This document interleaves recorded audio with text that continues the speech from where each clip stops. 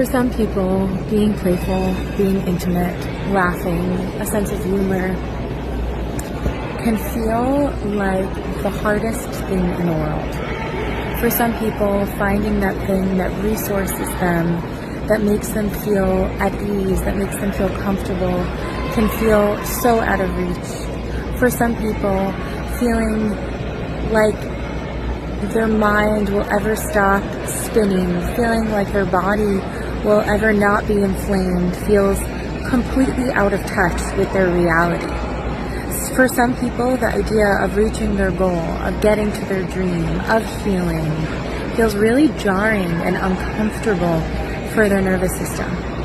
I want to acknowledge here the people in this world, the many people in this world who've experienced unspeakable and deeply complex trauma, and how it has shaped their minds, their psyches, their spirits, and their realities as a result.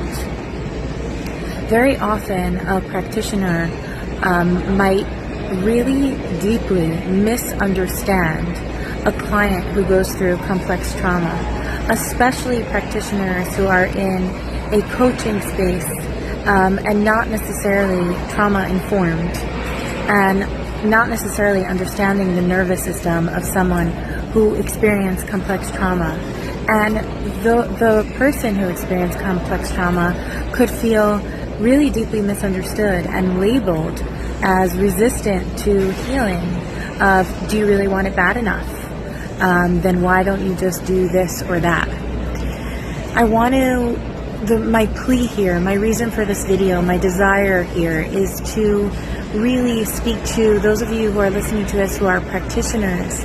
See if you can expand your capacity to really lower your judgment, to see that when something's not working, there might be something in the physiology, there might be something in the system that isn't working because it hasn't worked. Someone is stuck because they were stuck. Someone is acting like a victim because they were a victim. And when we can really understand and acknowledge that, when we can witness that, when we can bear witness to that, the healing starts to happen. You can then start helping the client bring coherence, bring organization, bring balance, bring the idea of this happened then, and it's different now. But until we can acknowledge, until we can be with, things don't start to shift. And for the client who's been through trauma, I want to tell you, have compassion for yourself, witness yourself, acknowledge yourself.